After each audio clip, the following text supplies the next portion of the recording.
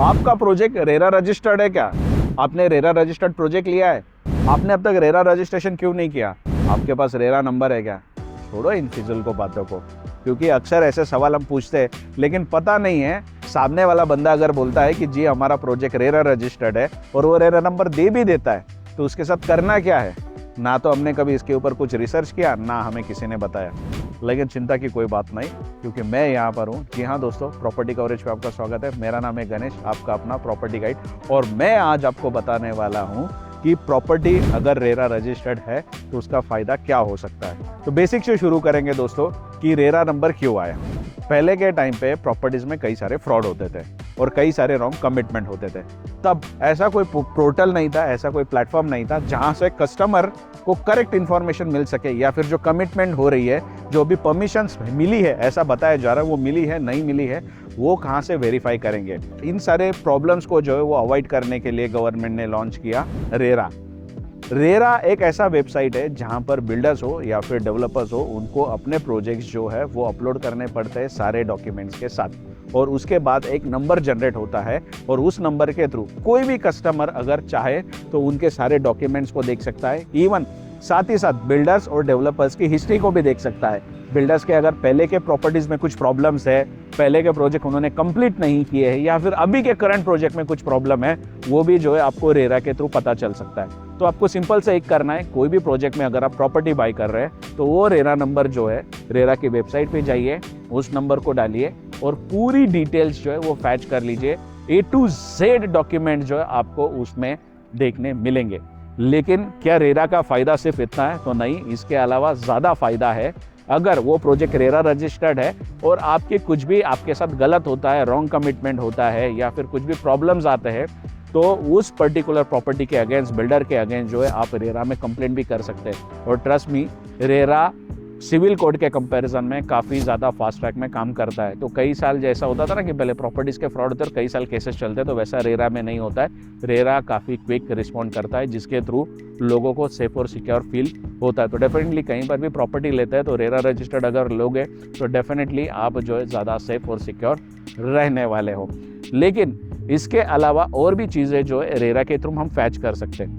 अक्सर हमें ये पता नहीं चलता है कि बिल्डर का जो भी हमें अकाउंट डिटेल्स मिल रहा है, या फिर जिस नाम से हम पेमेंट कर रहे हैं, या फिर जिस अकाउंट पे हम पेमेंट कर रहे हैं, या फिर जिस नाम पे हम चेक बना रहे हैं, वो उसी बिल्डर का है क्या? क्योंकि पहले ऐसा तो था कि XYZ आपको प्रोजेक्ट दिखाया जाता था और Y और किसी नाम से जो आपसे पेमेंट लिया जाता था, और फिर ये प्रूफ होता था कि बिल्डर को तो पेमेंट गया नहीं, कोई और थर्ड पार्टी को पेमेंट गया।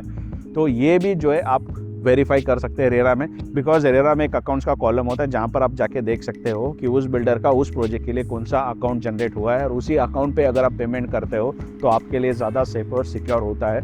बिकॉज वो जो अकाउंट होता है सीधा सीधा रेरा के अंडर में होता है, और उसमें से डायरेक्ट मनी जो है वो बिल्डर डेवलपर नहीं निकाल सकते। उसमें से जब तक प्रोजेक्ट कंप्लीट नहीं होता है, धीरे धीरे उसमें से ही जो एक्सपेंस वो प्रोजेक्ट के लिए किया जाता है। तो कभी भी पेमेंट अगर करने से पहले आप रेरा पे ये चेक करोगे कि जो बैंकिंग डिटेल्स आपके साथ शेयर हुई है वही बैंकिंग डिटेल्स का अपडेट रेरा में है क्या। अगर ऐसा होता है तो डेफिनेटली आप ज़्यादा से ज़्यादा सेफ और सिक्योर हो सकते हैं। और इतना ही नहीं दोस्तों, डे बाय डे जो है रेरा अपने आप को अपडेट कर रहा है। रेरा की कई सारी नई बातें सामने आ रही है। हालांकि जब भी रेरा नए रूल्स और रेगुलेशन लेके आते हैं तब लोगों को जो है ना थोड़े से प्रॉब्लमेटिक्स लगते हैं, लेकिन वो बेटरमेंट के लिए होता है। अब जो अपडेट है, पहले ऐसा था कि जो भी प्रोजेक्ट्स होगा, जो भी बिल्डर्स एंड डेवलपर्स होंगे, उनको अपना रेरा नंबर जनरेट करना कंपलसरी था। लेकिन साथ ही साथ जो बिल्डर्स के साथ में जो ब्रोकर्स काम करने वाले, जो एजेंट्स काम करने वाले, जो चैनल पार्टनर्स काम करने वाले, उनको भी अपना रेरा नंबर लेना जो है वो मैंडेटरी हो चुका था, लेकिन वो सही तरीके से रेगुलेट नहीं हो रहा था। तो अब नया अपडेट क्या है, तो जो भी नंबर्स रेरा में अपडेट होंगे, फिर चाहे वो एजेंट हो, ब्रोकर्स हो या फिर चैनल पार्टनर हो, तो उनको जो है उसके ऊपर स्टडीज़ करनी पड़ेगी। स्टडीज़ के बाद जो है वो एक रेरा में एग्ज़ाम देना पड़ेगा, और एग्ज़ाम में अगर वो पास हो जाते हैं तो उसके बाद में जो है उसको ऑथराइज रेरा एजेंट माना जाएगा। एक नंबर दिया जाएगा जिसके थ्रू जो है वो ऑथराइज ब्रोकर है या फिर ट्रेन ब्रोकर है, ये आप जो है वो आइडेंटिफाई कर सकते हैं। तो ज़्यादा कुछ नहीं, इससे फ़ायदा क्या होने वाला है, तो आप किसी ऐसे ब्रोकर के साथ डील कर रहे हो, किसी ऐसे सीपीस के साथ डील कर रहे हो जिसने रेरा का नंबर लिया हुआ है, जिसने रेरा की एग्ज़ाम दी है, तो ऑलरेडी वो ट्रेंड होगा और उसको पता होगा कि प्रॉपर्टीज़ में डील कैसे करते हैं। पहले ऐसा होता था ना कि आपका प्रेस वाला, इस्त्री वाला, वॉचमैन कोई भी आपको बताता है कि हम प्रॉपर्टी दिला देते हैं, हम प्रॉपर्टी खरीदवा देते थे, तो वैसे इन सारी चीज़ों को कट करने के लिए और प्रोफेशनल लोगों को रियल एस्टेट में लाने के लिए रेरा का ये कदम है, ताकि जो भी लोग डील करें उनको ऑलरेडी जो है प्रॉपर्टीज़ के बारे में इंफॉर्मेशन हो। इसीलिए रेरा जो है